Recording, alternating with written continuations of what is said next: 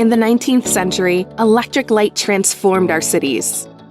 In the 21st, another power will remake us: inspiration, innovation, design, smart technology. The cities of tomorrow will be lit by our connectedness, or they won't shine at all. The time for change is now. But change is hard. We're in the middle of a new industrial revolution. So, how does a city with history embrace its future? Welcome a city of 200,000 people to lead the Fox Valley area and the state of Illinois in technological advancement, to be our region's smartest city. The city of Aurora recognized the need for its own more efficient data network in 2005. Groundbreaking on our citywide fiber optic network began 3 years later. An initial ring of 40 miles has since been supplemented through expansions and partnerships, resulting in our present size of more than 130 miles of fiber optic cable. City leaders helped to launch an independent not-for-profit business, OnLight Aurora, in 2012 to open access far beyond government buildings. Now the network connects our anchor institutions: healthcare, education, social service, arts, and business across the area.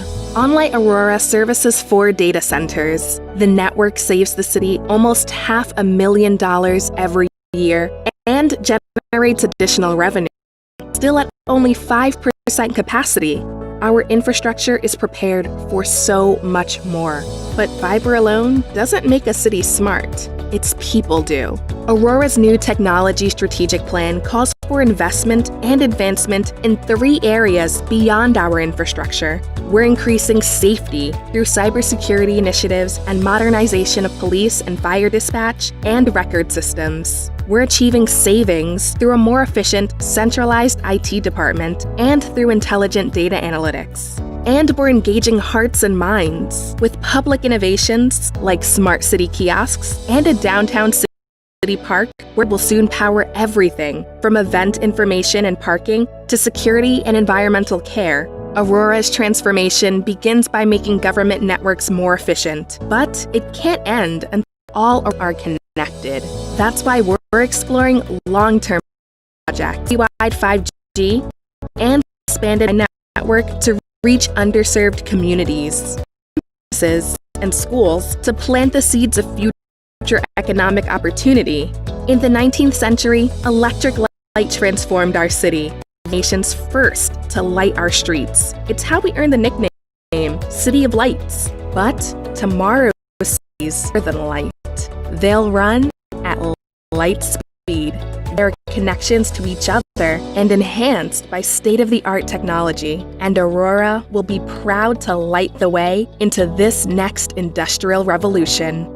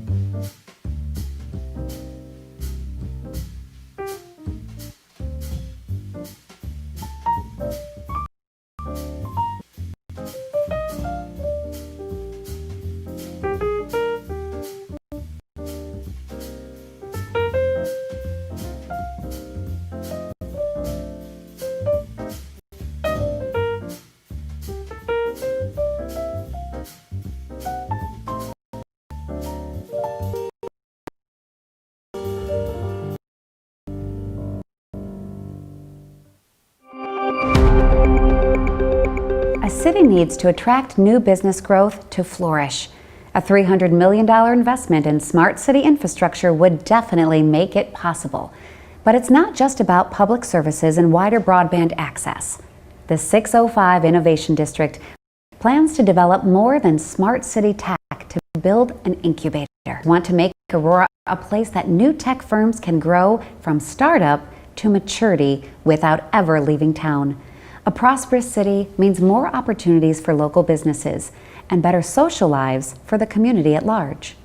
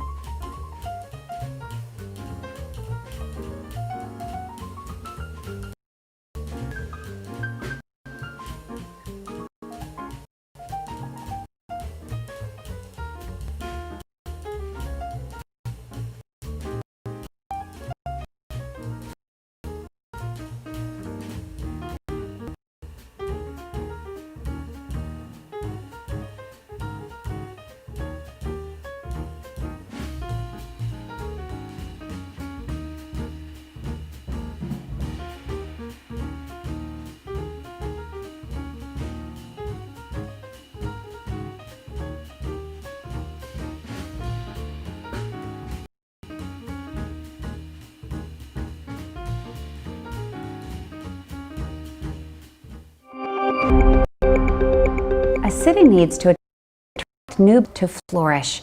A $300 million investment in smart city infrastructure would definitely make it possible. But it's not just about public services and wider broadband access. The 605 Innovation District plans to develop more than smart city tech to build an incubator.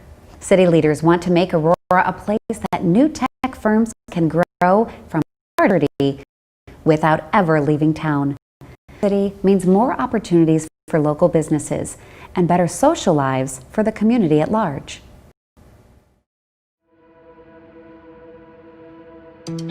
What is a smart city?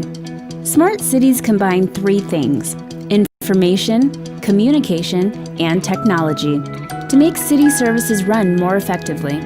By monitoring things like weather, traffic, or natural resources in real time and making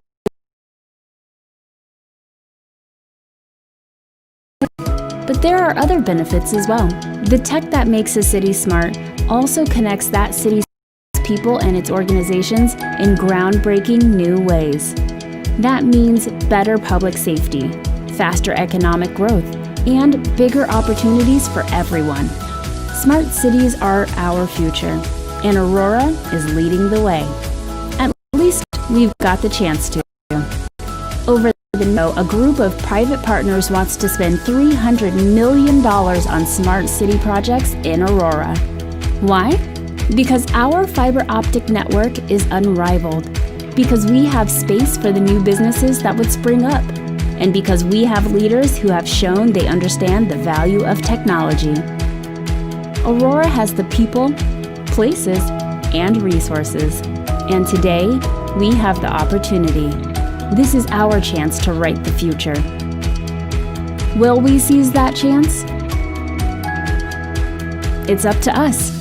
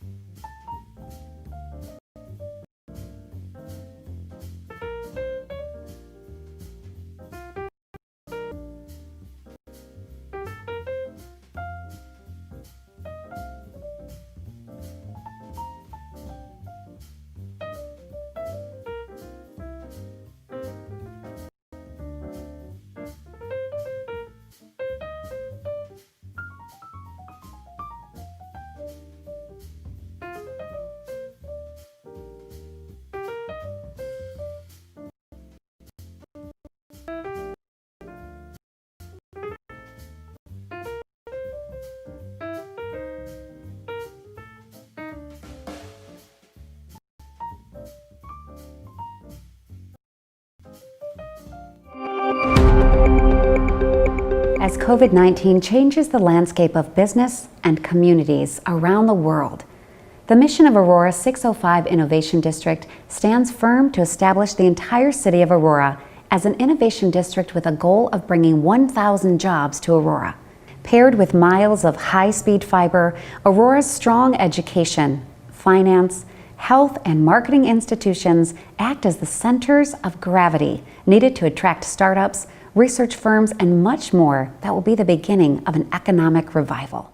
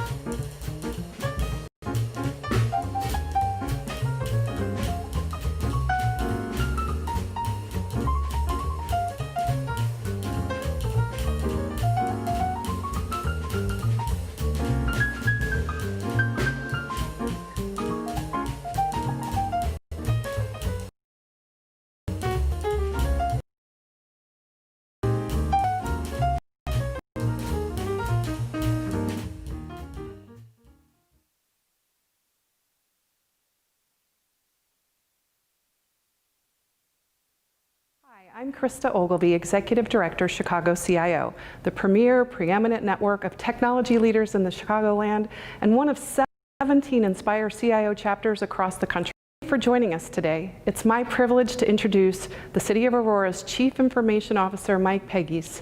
We're thrilled to have the opportunity to go behind the scenes and learn the principles, strategies needed to lead this collaborative effort and the resulting benefits to everyone involved, public and private sectors, as well as education, healthcare, transportation, and ultimately each and every citizen in the city. Thank you, Mike, and the City of Aurora for giving us this opportunity to learn from your success.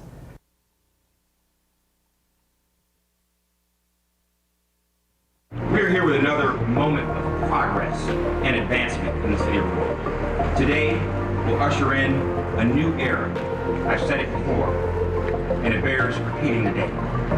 Aurora is a city of lights, and because of our technology infrastructure and commitment to innovation, we are also the city of light speed.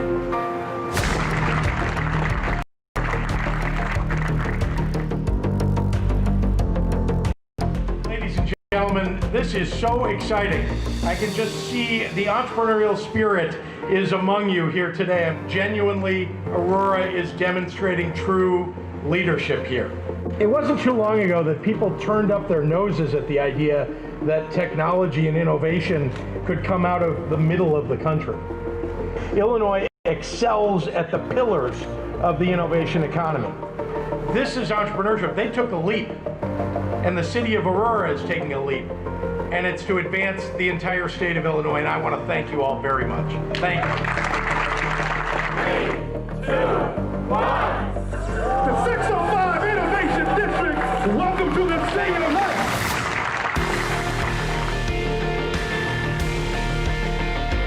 It's so impressive what the city of Aurora is doing, and the thought leadership that's going in here. This event was fantastic, and you don't. Oh my gosh, so excited. At one point I was like, why am I not a resident of the 605? There was such enthusiasm among all the people here and how they were coming together to talk about how to bring entrepreneurship, workforce development, cybersecurity, data privacy. I mean, just what people were asking in the Q&A after, it really shows you have such an active and engaged community. This is just like the beginning, right? And it's about awareness, trying to get people to understand about what's going on here in the city of Aurora and the vibe that's in the air. You know, there's a charge, right? And like I said before, vision without execution is nothing, right? And we need to continue on that path and keep charging up our citizenry, the city staff, and everybody about what's going on here. Yeah. It's gonna happen.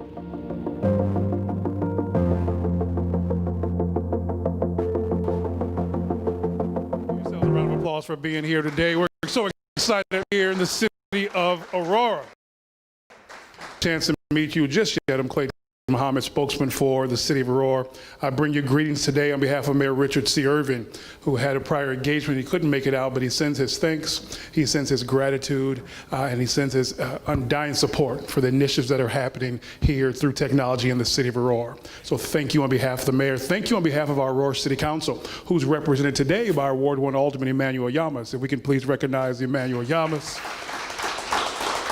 Proving what can be done with our young people who grow up in the city into leadership, much like our CIO.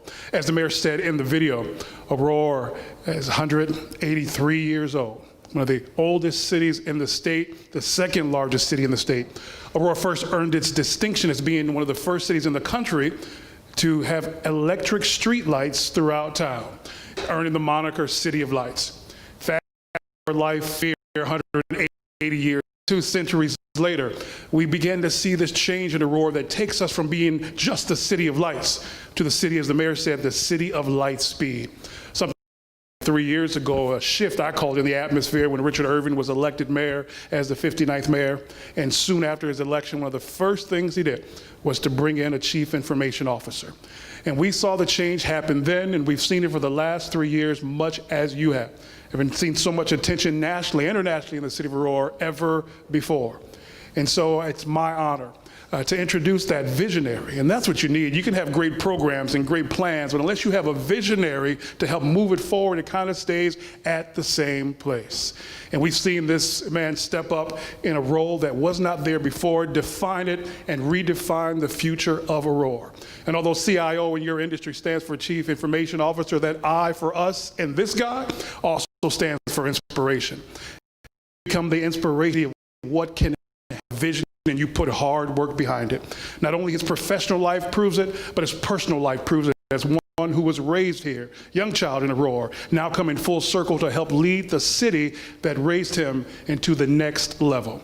Ladies and gentlemen, it's always my distinct honor to introduce the Aurora Chief Information Officer. Please welcome Mr. Michael Ray Pegues.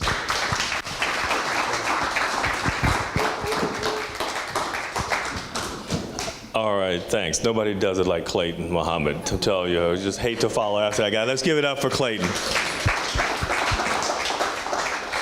All right. So, first I want to welcome everybody. As Clayton said, my name is Mike Pegues. I know most of everybody in the room. But this is great, right? We're socially distanced. We're going to have some fun. We're going to have some good dialogue. We're going to find out about, the city of Aurora, what's driving it, the inspiration, what we're looking to do with partners like you. But before I kind of jump inside of the smart city, and from my perspective, today I was like just sitting down and I was reading, and I had this this magazine came in from Fast Company, right? And it was interesting, and on the cover, it says that curiosity is the new currency. And it says, let me just repeat that again.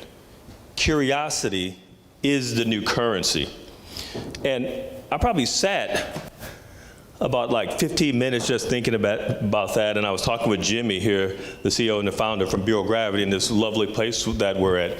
And I was like, you know what, Jimmy? I was like, that's pretty deep, right? We've heard about like, data being the new currency and all these other things, but curiosity, right?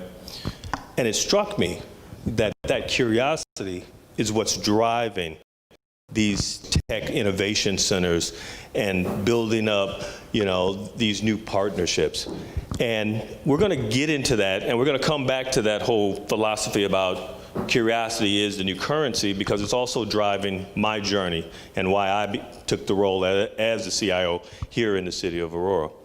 But starting back in June of 2017, when I took this role, and it was about defining what my purpose is, right?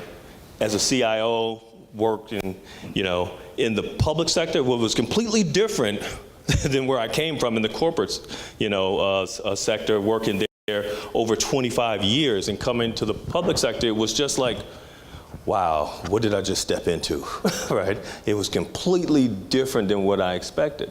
But again, there was a purpose in terms of that, the social impact that I was driving, because this is where I grew up. Can you go to the next slide? And, as I was thinking, that first 60 days, as a CIO, when you go into a role, you got that 90-day plan, right? You got to have it. You have to, here's my objectives. This is what I want to do. Here's going to be my vision. Here's going to be my mission. You're trying to figure things out. And I'm thinking, I'm looking at the job description that was written. I was like, this is completely wrong. I was like, who wrote this, right? I mean, who was it? Personnel office, HR, this, that? I'm like, this is not what it's about, right? And I'm looking, inside the four walls of City Hall, right?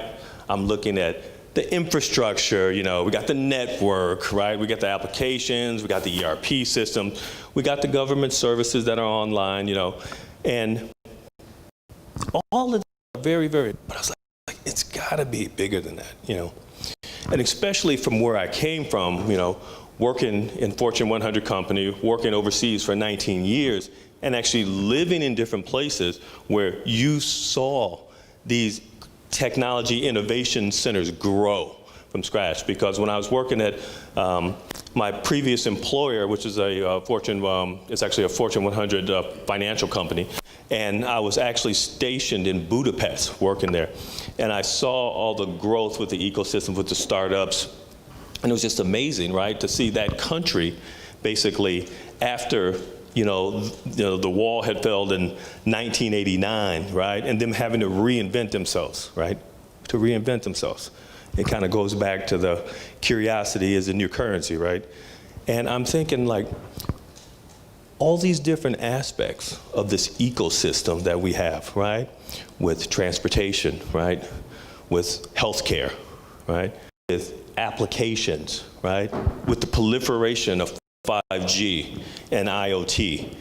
And I'm, again, going back to that job description, I was like, we got to redo this, because this is not right, right? And it goes back to me defining what my role is in the city of Aurora. And after some time, it took about a good, I would say 7 months in trying to figure that out, engaging with different partners from different sectors, right? Education, transportation, STEM, right? The universities, right? And also in the private sector, and my colleagues in governments in the neighboring towns, right?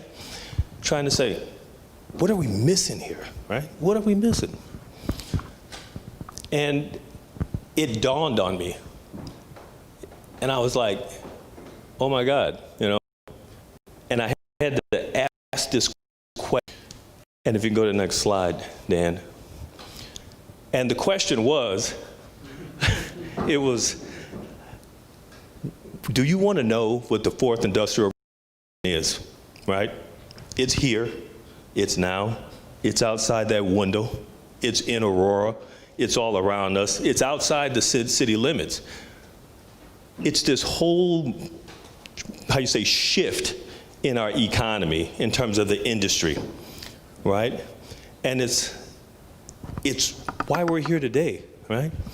And, you know, you can take the red pill, right? And I just love this, right? You can take the red pill and you can go home, go to sleep, get back up tomorrow, go to your job, work from 9 to 5, right?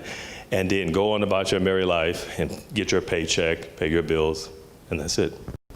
Or you can take the blue pill, right? See how deep the rabbit hole goes, right? And we can stay in Wonderland and try to figure out how we actually put a plan and a strategy together to really tackle the fourth industrial revolution, right? And to do that, it actually takes people, right?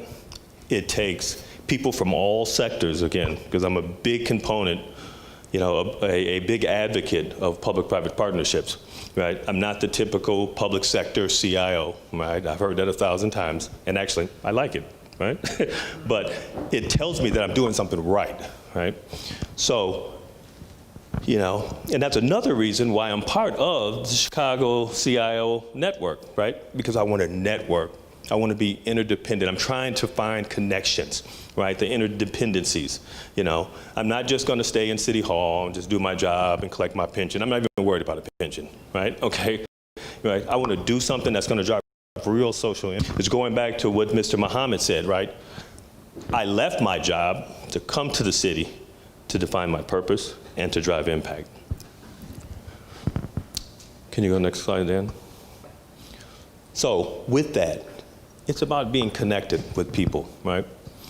And without those relationships, we can't define a path because no one person, no CIO, no CEO, no executive director, no entrepreneur, right? No one can do it by themselves. No elected official, no one, right? We have to get connected with the people, right? Because the potential for Aurora inside this smart city is real. We have assets, right? We have our human capital hubs right here at Bureau of Gravity, right? The knowledge base, the workers, the millennials, right? We have the starving entrepreneur trying to start up, let's, you know, I know we're in a COVID world right now, but still, that's only gonna last so long, right? But we're still looking to, you know, increase our GDP and get companies started up, right? Because that's the essence of creating these ecosystems. So the potential is there. And it's not an option anymore. I mean, it is a requirement because that's what's driving the economy, right? Technology is the, you know, the common denominator for local and global growth. I mean, we see that, right? I mean, that's why you're here, right, Luke, from the University of Illinois, right? They're looking for partnerships to help drive innovation with the university, right? You know, that's the same reason that Dr. Mahajan is here, right? The STEM provider for K through 8, right? That's the same reason you're here, Scott, right? Trying to build those relationships and partnerships. That's why we're all here. So that requirement is a critical success factor. And, you know, it comes down to having a moral obligation, right? I didn't take this job because I was trying to get a better pay. Matter of fact, I took a pay cut. I left my previous employer and took a 60% pay cut, right? Because of that moral obligation that I have here to my town where I actually grew up. Excellent. This quote, I love it. It's actually from Boz Borman. And it says that social innovation can never be a project run for one group of people for the benefit of another group of people. If you think about that for a second, right? And we're talking about social impact, right? And again, the curiosity comes in, right? What are they saying, right? It's that as a CIO for a municipality, we have a tendency to actually force solutions on our constituents. Instead of taking a look back, taking a step back and taking a more interdisciplinary view of it and say, what is the root cause? Maybe I need to get down into the grassroots with the people to understand what the solutions are, right? And getting different people involved to help actually develop that solution and let it bubble up from the bottom instead of come down from the top, right? The interdisciplinary approach is something that we tend to miss in the public sector. And I can see that. It's crystal clear to me from the private sector, and it's just amazing that, and it's right there in our face and we're missing it, right? So when we talk about inspiration, we're talking about interdependencies, right? I mean, these are the things that motivate me, is the relationship, right? Part of my mission at the City of Aurora, and what I say is that my mission is to be the IT business partner for the City of Aurora, for the businesses, for the visitors, and everyone in the City of Aurora. And what is that really about? It's really about just building relationships, right? Working that ecosystem within that matrix, right? Creating new partnerships, creating new alliances, finding new avenues and ideas to address the challenges that we're facing today, right? Whether it's COVID or whether it's a constituent-related problem, even if it's to do with social unrest, right? Technology is there to help us to enable that. So, again, relationships. And one of the interesting things was when I started at the City of Aurora, there was no CIO role. It was a CTO, right? And the funny thing is we weren't developing any technology. So why do we have a chief technology officer? It baffled me, right? But, the mayor's like, what's the first thing you want to do? Going back to that job description, right? I was like, let's just rewrite this, right? And let's just leave it kind of open. But again, the relationships. I mean, that's my job, going out, building relationships. I've had many, everyone in here, I've pretty much have reached out directly or met through some type of some type of event, or through ChicagoCIO, city, or on my own, right? And that's what it's about, because that's what it's really going to take for us to really get ready for this fourth industrial revolution. We have to work together, right? So with that, I actually want to say that when we talk about inside of Aurora and a smart city, we're not saying that we have all the answers, right? Aurora is learning to be the smartest city in America. We don't have it yet, but we want it. That's why we're here with everyone today, right? Because we need to build those relationships, enable those ideas, right? Get everyone working together on the same sheet of music, creating these ecosystems, right? And basically trying to identify those ideas, those solutions, those options that are going to help take us to the next level, right? So my call to action is today, when everyone's here and we're actually just networking around, exchange a business card, right? Contact that person, see how you can actually, work with that person in some aspect or another. It don't have to be from the same, field you are. Matter of fact, it's better if they're not, right? because that's the interdisciplinary approach that we need to build inside of ourselves, right? And with that, I want to thank everybody, and we're actually going to open it up for questions. And also, I do want to say that we have people that are online as well, so we'll also be taking those. Let's start around the room. Any questions? Luke, you look like you have a lot of questions, right? Huh? Sure. Go ahead, and I'll just repeat it. Okay. So as you're thinking about, the vision for 605 and really inspiring innovation, how are you thinking about external partners, and what does the ideal partner look like to you? So the question was, so just so I can repeat it again, so as we're looking at the 605 Innovation District and we're looking to identify and create those relationships, what are the prototypes for the different partners that we want to bring into it? It's a good question. There is no specific prototype. I mean, if that individual has something that they can contribute to the ecosystem here in the 605, right? They are more than welcome to be part of it, because I guarantee you at one point or another that they will add value in one form or another, right? So again, whether it's education, whether it's the private sector, non-for-profit, government, we want those individuals to be here with us learning on this journey, right? Right. Jimmy, do you want to add something to that? I think you're doing great. Yeah, all right. Yeah. Yeah. Hi, Michael. This is from Yvonne. Michael, great presentation. If you had to name 3 technical capabilities that are essential to a smart city getting off the ground, what would they be? 3 technical capabilities for getting a smart city off the ground? In terms of technical capabilities, well, the first thing I would say was, let's get the entrepreneurs who are building the technology here in the city of Aurora. Let's get them together first, right?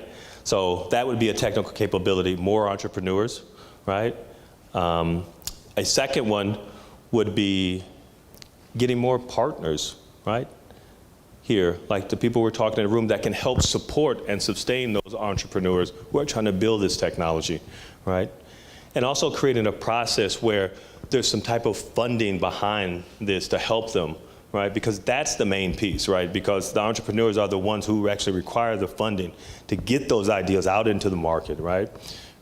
Because we want to avoid those situations where we have one large employer here and then the market crashes, then the city drops, right?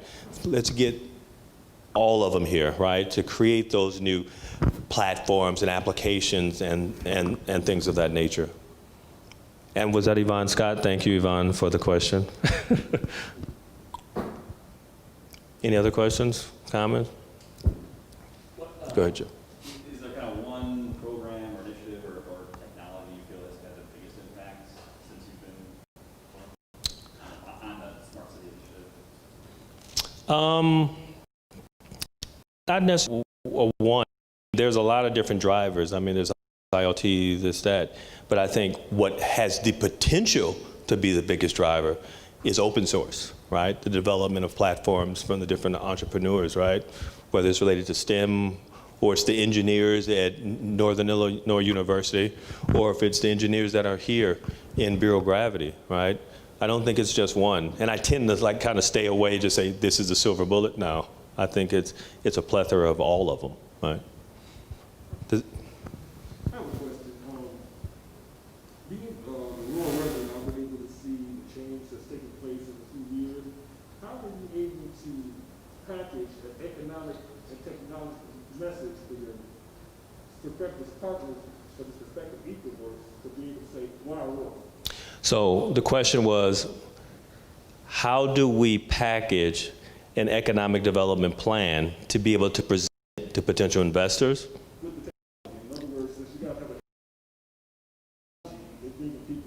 Right. The city council and the city mayor is also bringing in economic development.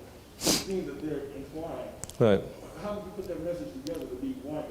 Right. Well, I think you do that through creating tech innovation growth centers, and you're having incubators and startup engines and having different forums and impact groups and showing the potential of those technology, setting up different hackathons and things of that nature. I think you have to demonstrate it, because I'm a big believer in proof of concept, right? Pilot it, show it, prove it, and then it'll take off from there, right? And then the funding will come, right? Yes, sir. James? Yes, Mike. Being out of Bolingbrook, we follow what you have done and what you have said about smart cities, and I really do appreciate it. And I'm a fan of what Aurora is doing. But with that said, the concept of smart city is becoming. We as IT leaders understand why it's needed, but you read articles that is going away. How do you re-energize, revigorate? How do you make sure that that is top of mind to our leaders? Right. So the question is, in terms of smart cities, okay, let me put it like this.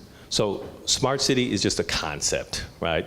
It's just a selling point, right? So when we talk about smart cities, my definition, and we had to break this down for our constituents and also for the city council to actually say, in most cases, when people start talking about smart cities, they start talking about the technology, right?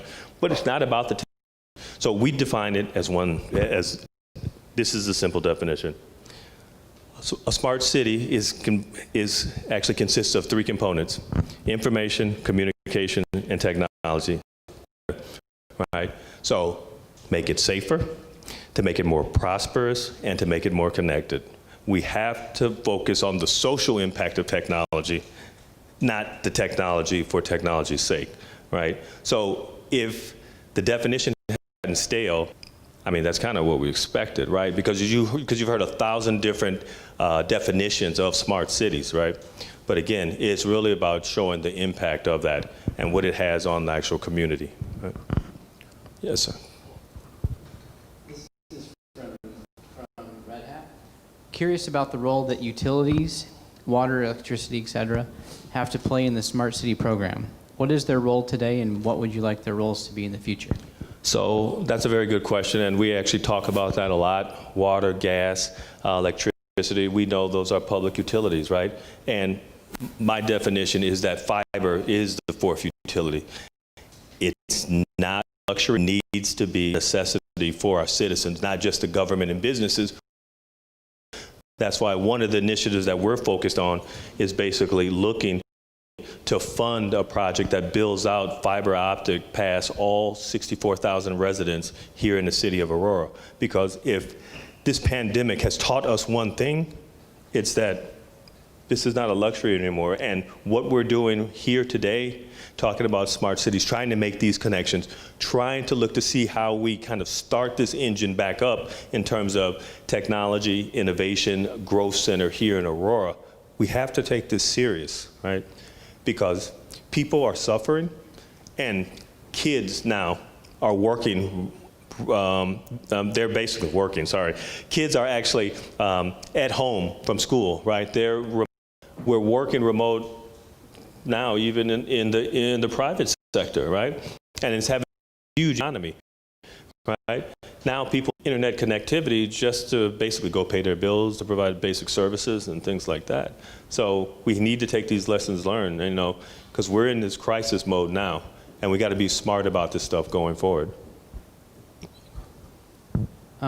This is from John Roberts. What role do you think cellular networks play in connecting the city? Right, cellular networks is probably just, so I look at cellular networks as an overlay of the foundation of fiber, right? Because they work intertwined, right? It's just providing connectivity, for government services, for education, for everything. I mean, it's absolutely critical, right? But it shouldn't be the end all be all. Dr. Mahajan? Yeah, I just have a question, Mike. I really enjoyed the presentation and the discussion. You touched upon the topic of, bringing in entrepreneurs to the city, to really drive. The biggest challenge in doing that today within your role? So we talked about, just repeat this question. So in in terms of bringing entrepreneurs into the city, what's been the biggest challenge with regards to my role? A few things. Actually, one is that within the City of Aurora government, we need to change the way that we think in terms of economic development. It's not about just let me open up a retail store, you know, and we'll do a ribbon cutting and then it's done, right? We need to look at economic development from a perspective of getting that ecosystem of entrepreneurs and basically providing services and helping facilitate them in terms of funding, right? How do we get them, providing them affordable internet access, right? Providing them tax incentive funding, right? Providing them under market real estate so they can start their business, right? A system where they can collaborate to build out these networks and creating a sandbox, because that's the whole concept of the 605. Create a sandbox where these entrepreneurs can come live, work, and play, right? And have fun building things and breaking things, right? So in terms of the government, it's like we need to provide more funding, right? And we need to be innovative in terms of those models, right? Because I get it, we need to basically build sidewalks, right? We need to maintain our sewer systems, right? We need to do all this stuff to provide these public utilities, but if we want to be sustainable and resilient over time, we have to look at different ways to attract that talent and create these, you know, this new market and get those millennials and those cosmetologists and those new age workers here in Aurora, right? Because I can tell you right now, because it's going to be a lot more attractive here in Aurora for an entrepreneur versus going downtown Chicago and trying to raise for some space, right? And we have just as much more or more than Chicago does for them. Hopefully that answered your question. Thank you. Any other questions? This is from Dean. What are your most important lessons that you've learned that you wish you knew when you started in 2017? Oh, man. So, what was the most important lesson? Say that again? The most important lessons learned that you wish you had known when you started in 2017? The most important, man, I got a whole list. I don't know which one, where to start. That's a difficult one. Most important lesson. I would probably say that, what's an important lesson? That's a tough one. Let me come back. I have to think. That is a very difficult one. Yes, sir. Okay, great presentation, by the way. Thank you, Jim. You really hit me with your commentary around the plurality and there's a deep-rooted social kind of focus, right? So how's the city working with educational institutions, schools, to be able to provide pathways for job opportunities? Kind of bridge that divide. Right. So the question was, how is the city working with education institutions to provide pathways? Now, I mean, programs there, right? And I think based on the means that the city has, I mean, they've provided some access. But honestly, I think we can do a whole lot better, right? And I think we do better by creating that technology innovation as well. Because we can't just create a few after-school programs and things like that. We got to get these entrepreneurs connected with real businesses, work, and then basically they can promote their products and services, and they can basically create partnerships and internships, for example, with students, you know, do internships with company. Maybe you know, have an internship program, and I'm sure that every corporation in here has an internship program. And you got Luke here from the, you know, Northern Illinois University with the engineering group who's looking to bring his people down here to connect with people like you to get them real hands-on experience, right? That's how we create it, and we grow it from the inside out. And that'll scale, trust me, big time, right? Luke, do you agree with that? That's a great idea. So I'm going to go back to the other question, so I got it. So if I can go back to lessons learned. The biggest thing that when I started this journey with the smart cities, I wish I would have came to fore early on this like what we're doing now in terms of what smart cities mean. And myself and Alderman Yamas has talked about this several times, right? Because again, you know, our city council, as great as they are, you know, they live in a different age. They grew up in a different age. They're a different generation, right? You know, he's a millennial, right? And I can have that conversation where technology, he's pretty much grown up with it, you know? I remember when he started, right? And he was like, we gave him a laptop. He's like, I don't want a laptop. He said, I want an iPad, you know? And then he's coming back. He's like, well, what is this and what is that? He was like, I need this to do my job, right? And it was all the latest technology because that's how they were raised, right? But if you have a generation of elected officials that don't understand the impact of it, not saying they don't understand, but we need to educate them more in terms of what we're trying to do. And the more we get them involved, the more they sponsor it, the more they see it, the more they can support. So I a lot earlier than I did. What was the other question? This is from Cater. What's your advice to mayors of other cities to help them make a decision of creating a CIO position so they can help transform their cities? What is my recommendation to those other mayors? So what I would say is, I think the days of the MIS director, the IT director, who just goes to work and manages the infrastructure, it's over, right? The way the ecosystems are now, they have to be so much broader. I think what they need to do is to make sure that their CIOs have more of a business acumen versus a technology acumen, and they need to get involved with them and provide them a seat at the table. Because I can guarantee you, every city department, there's a touch point where technology, and they need to start looking at their CIOs as advisors and not just the tech geeks that are backs, you know, in the server room, you know, just keeping the lights on and flipping switches.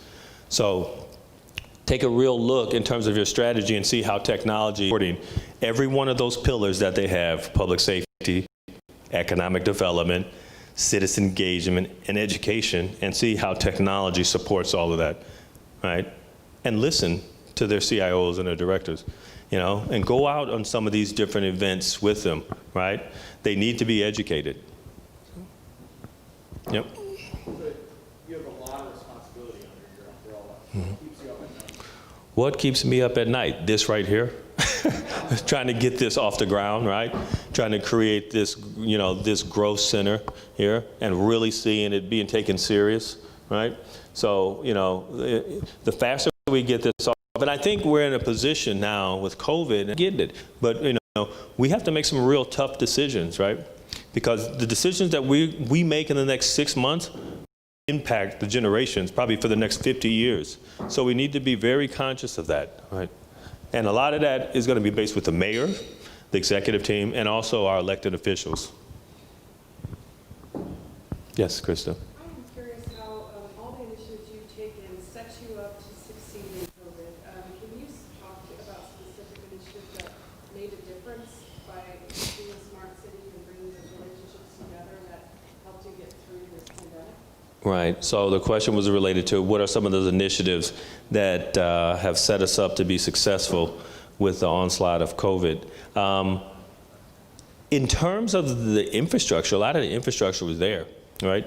I would say the biggest advantage that I had was that when there was the move to remote work, and the supply chain got hit hard, right? So all laptops and stuff were pretty much just dried up. It was like a 60 to 90 day backlog. And I remember I was talking with James in Bolingbrook about it, right? And you couldn't buy anything, right? Because first of all, the federal government and Department of Defense has first priority on those supplies because there's a Defense Act with regards to that. But what I was able to do was reach out to a friend and associate of mine at Microsoft, right, and say, I need help, right? And they were able to pull some of their stock, 150 laptops, Surface laptops, and send it to me, right? Hopefully this doesn't go to Microsoft. She doesn't get in trouble for this, but but the relationship helped me to meet that gap within my city. And I remember even the mayor's office and everyone said, how did you do that? I was like, that's my secret, right?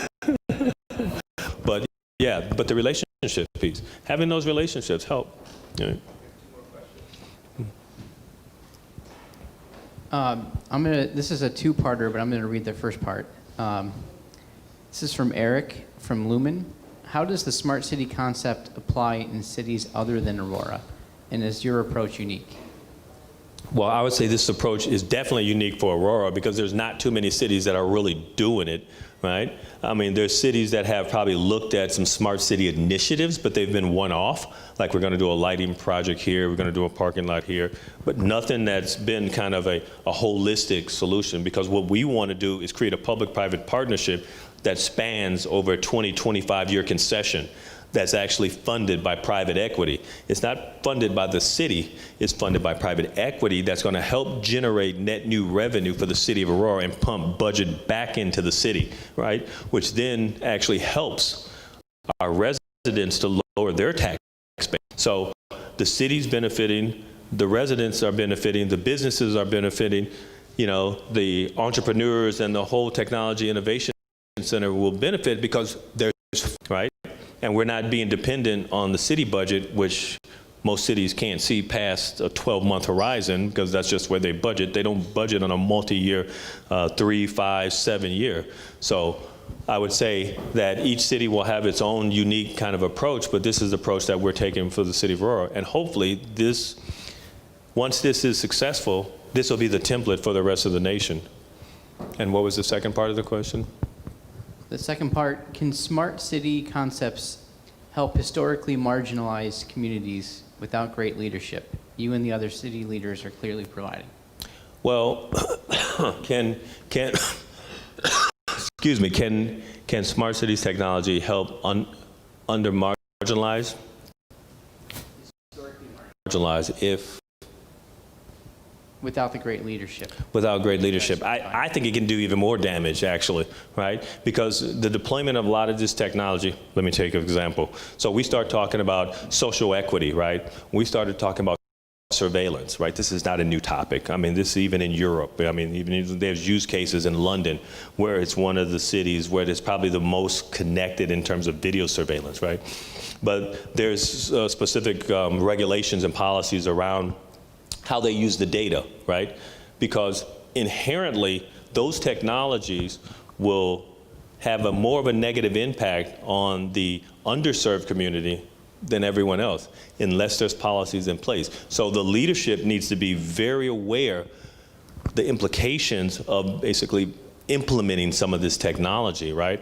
Whether it's facial recognition, whether it's police body cams, right? Or other technology. Because if you don't audit, right, and you don't build it into the design and the policies, they will have a very negative impact. I know it's one thing that we're doing in the city of Aurora, even with our body cameras, you know, in terms of how the technology will impact some of the disenfranchised communities. So we're very aware of that in the city of Aurora, and we're actually making sure that we negate as much as possible.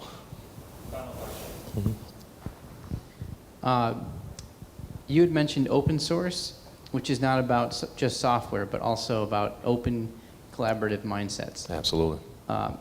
You'd appreciate your thoughts on whether open source is driving the culture of collaboration across the city of Aurora. This is from Nadam again. Right. So open source, I mean, it absolutely falls back into the conversation of having that interdisciplinary approach, because open source is nothing but collaboration, right? It is an underpinning element, you know, of the whole platform, because it's basically sharing, it's connecting different platforms, right, through APIs, right? So the more open it is, if I have a platform that I create and I want to connect that platform to Dr. Mahajan's platform, right, then we can do that on that open source platform through an API, and then we start to collaborate. And think about that exponentially, you know, in a network that just starts to build and build, right? So it's the very essence of collaboration. All right. So with that, I want to thank everybody for their time. Hopefully you found this very interesting and enjoyable. And I also want to thank our online viewers. And I want to thank Christina Ogilvy from ChicagoCIO and her staff, Jessica and everyone else. And everyone, have a nice evening and an enjoyable day. A small city of Pegues makes big waves in Forbes. Of a citywide innovation district by teaming up with private sector leaders is a project meant to ignite economic growth for the city of Aurora, Illinois. Pegues says the city's small size makes it agile. It can move and change more quickly than most larger cities. Having the support of Mayor Richard Irvin and city leadership has meant Pegues has been able to move with his agility in achieving his goals. Talk about CIOs making waves. We'd like to introduce you to James R. Farrell, Jr., Chief Information Officer for the Village of Bolingbrook. James, a resident of Bolingbrook for 21 years, has worked for the village for 14 years. James holds a bachelor's degree in Information Technology Management from Lewis University and currently pursuing his master's degree in Information Security. In 2019, Michael Pegues had the opportunity to meet Bolingbrook's long-term mayor, C. Claire, after a 34-year run. They talked about smart cities and CIO leadership. In May of 2020, before his retirement, Mayor Claire promoted James from IT Director to Chief Information Officer. CIO leadership for cities and counties is an evolving role, and the COVID pandemic has demonstrated this role's stature and strategic importance in local government. James continues to learn every day how technology and government are aligned and seeks to bring an even better digital experience for village residents.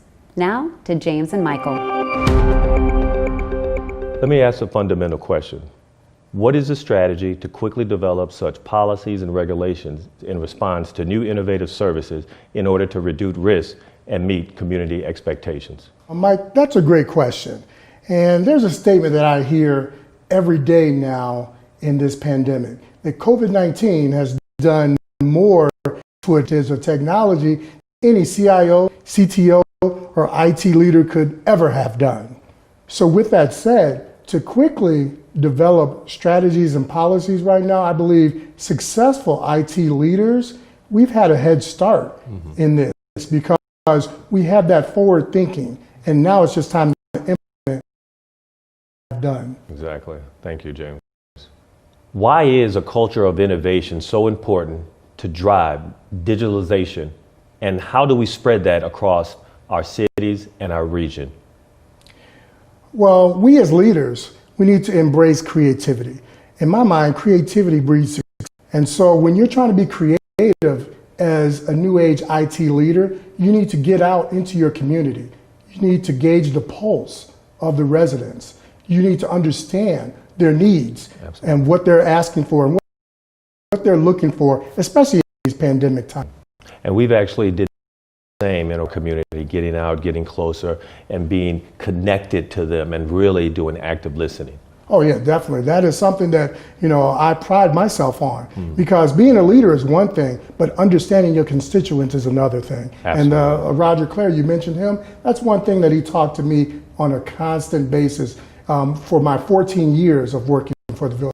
So I really understand that intimately. We talked a little bit about the culture of innovation. I want to ask the question, why is the interdisciplinary approach so important, and what are the strategies for strengthening that collaboration throughout our communities to address different social changes?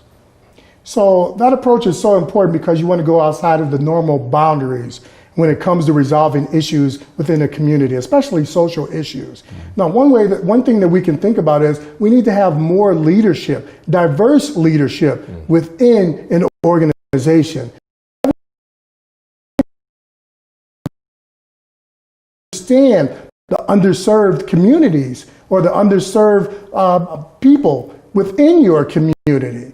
Now, being an African American leader in the IT industry seems to me like I have the weight of the world on my shoulders because a lot of people are listening to what I'm going to say and what I'm going to do.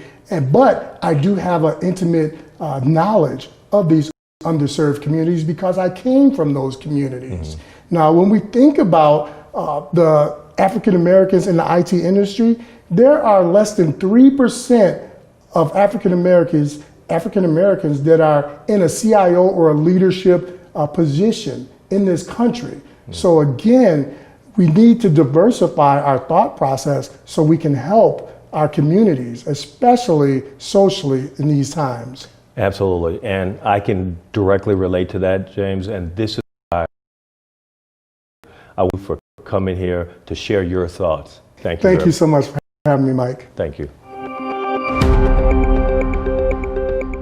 Thank you, James, for joining us today and for outlining strategies to develop policies and regulations in response to new innovative services to reduce risk and meet communities' expectations. I would now like to introduce you to Dr. Anu Mahajan, the co-founder and chief executive officer of TinkerWorks, an organization focused on providing exceptional and enriching STEAM programs for K-8 students that help transform them from learners to innovators. With both a PhD in electrical engineering from the University of Illinois at Urbana-Champaign and an MBA from Southern Methodist University, Dr. Mahajan has spent over 20 years deeply immersed in the field of innovation across a variety of industries ranging from high-tech to healthcare to education.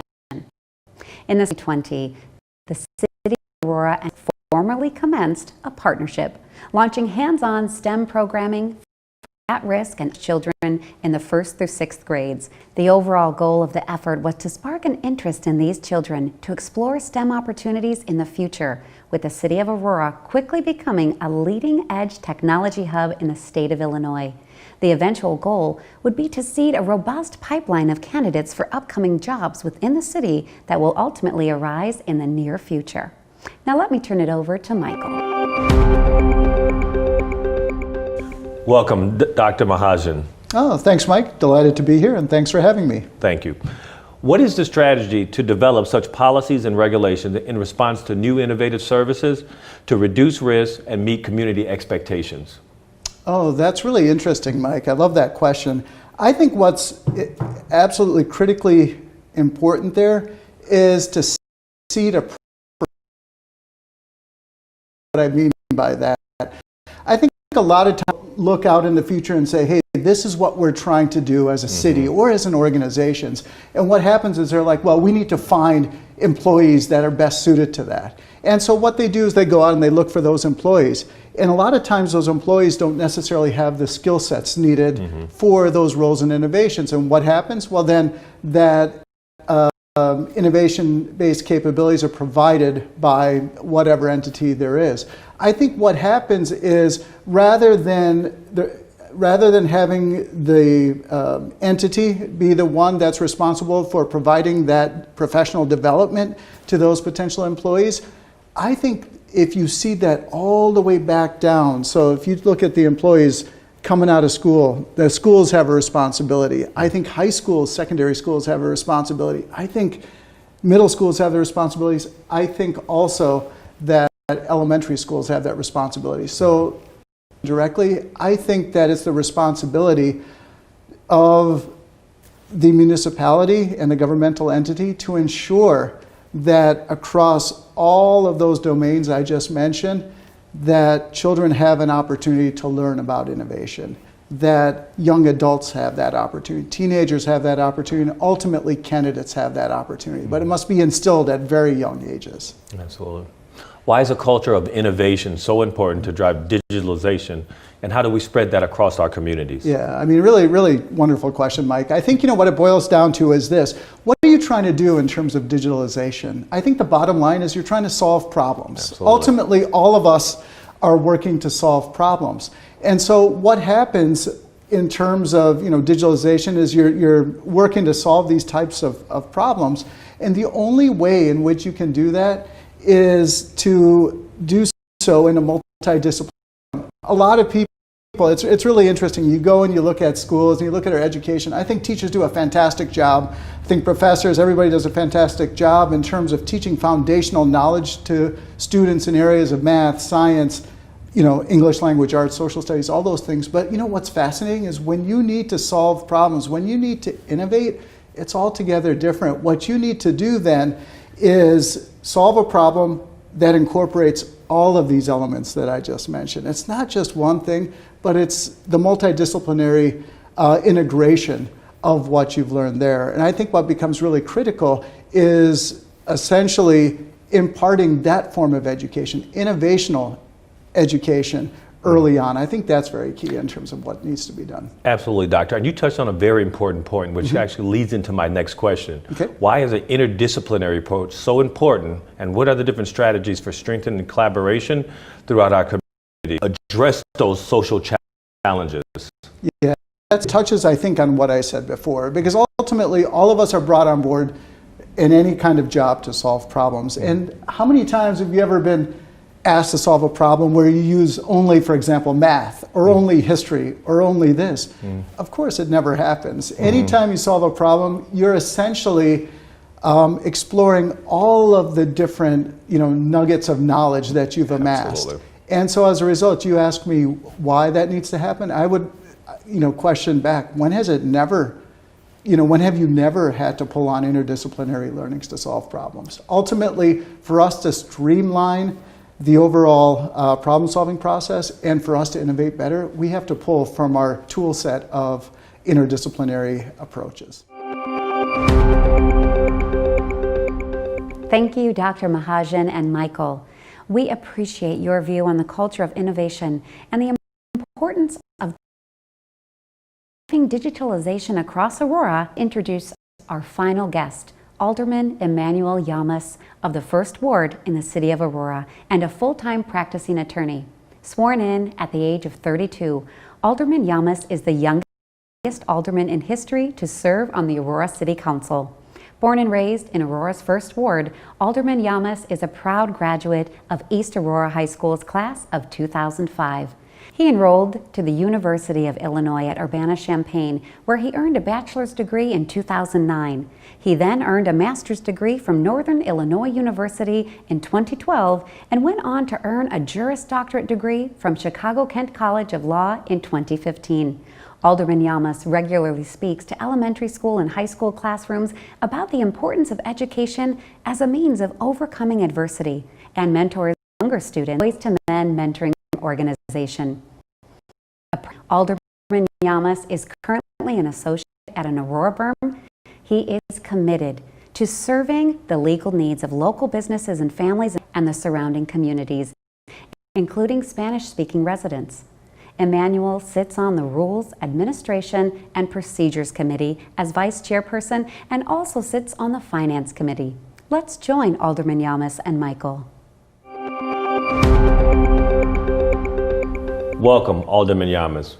What is the strategy to quickly develop new policies and regulations in response to innovative services that focus on reducing risk and meeting community needs?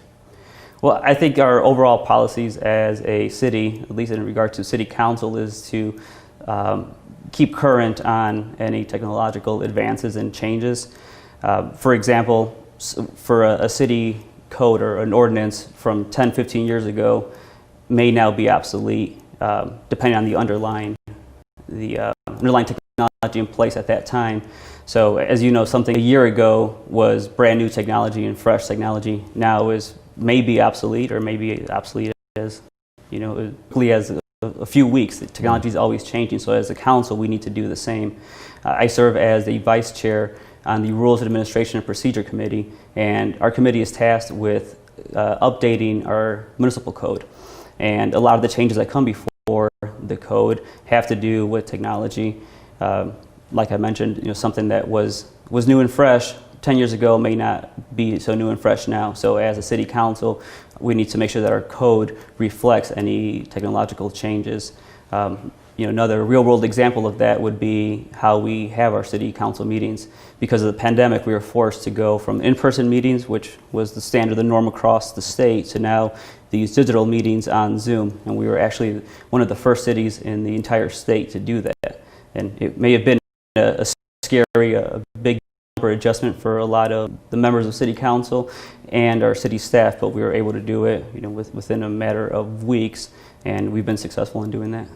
And acknowledging those changes and being able to respond quickly is absolutely why it's so important to have those policies and procedures and those frameworks in place. Thank you very much. That's exactly correct. There was a short time period where we didn't have any meetings because we weren't allowed to due to the state restrictions on social distancing.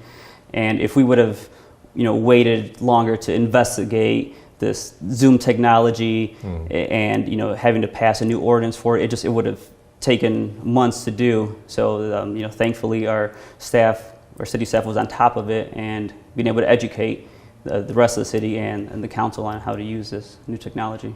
Culture of innovation is so important to drive digitalization, and how do we spread it across Aurora and our community? Well, we can't make without first changing the culture. As an example, when I first came in here as Alderman, we had these 10-year-old iPads, maybe not 10 years old, but they were dinosaur iPads. They weren't that bad, Alderman. No, but I came in questioning these tiny screens and these external keyboards that need to be charged. And the iPads themselves, didn't have the latest iOS because they were obsolete at this point. But, I don't know if the other aldermen questioned it, but they were certainly accepted by my colleagues. And for me, it was unacceptable because it didn't allow me to do my job as best as I could. So, and that's because I grew up in this culture of technology. Was, raised during the 90s as the internet was coming up and booming. So it was always just a part of my life and a part of my culture. It's second nature to me. Didn't grow up with it, or they haven't embraced it. There, you're going to have more pushback. You're going to have, questioning. Do we need it? Is it a luxury, or is it a need? Already embrace a culture, recognizes the tools that technology really are for us to be able to do our jobs. I think a part of changing that culture, bringing people into that culture, is educating and showing people what we can actually do with technology, that it's not just fun and games, that it is productive in its business. Why is interdisciplinary approach so important? Strategies for strengthening collaboration with our community to address those social challenges?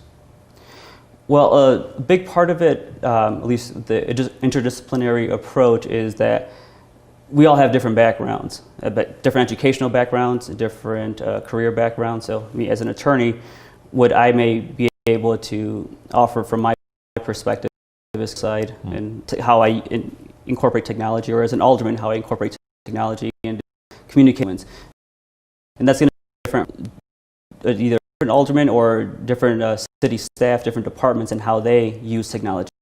If we can bring different departments together, bring different disciplines together, and show how we need and use technology, it'll open up more ideas, allow us to bring in as many people as we can into this new technological culture, this culture of technology, and really show people how we can use technology every day to make our lives better and be more productive as a society.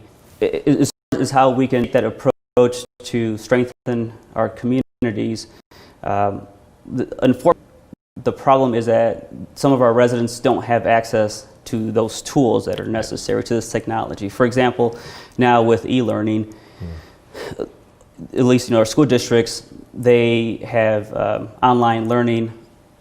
A lot of students don't have computers, internet. So this presents a problem to, how do we even do this if someone doesn't have an iPad, if they don't have a laptop to access their online classroom? We need to think about technology and internet as a utility, not as a luxury, not as a toy. And once we do that, we realize that the same way we need to provide water to our residents, we need to provide internet. We need to make sure that everyone has access to it.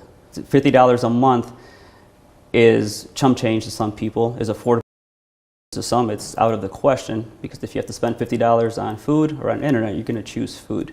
And that's just a situation that some of our residents are in, and we need to make sure that they have equal access to internet. And that's a great justification to why I always say that fiber internet access is the fourth utility. Oh, it most certainly is. Yeah, and it's not just I need to get on Facebook. It's I need to do my homework. I need to work, do my job. I need to apply for jobs. I need to start colleges that I can go to. All this.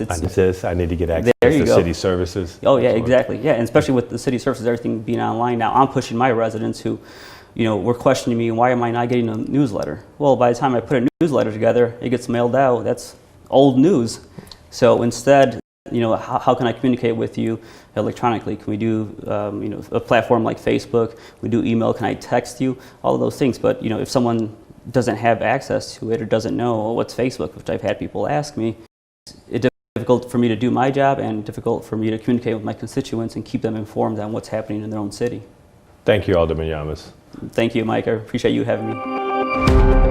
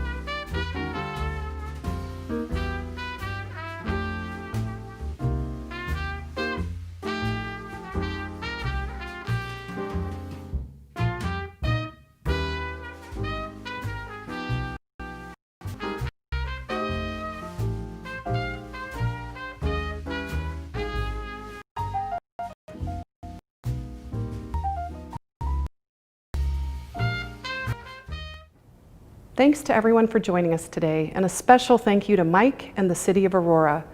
We hope you're leaving with a better understanding of the smart city and how disruptive thinking can innovate your organization.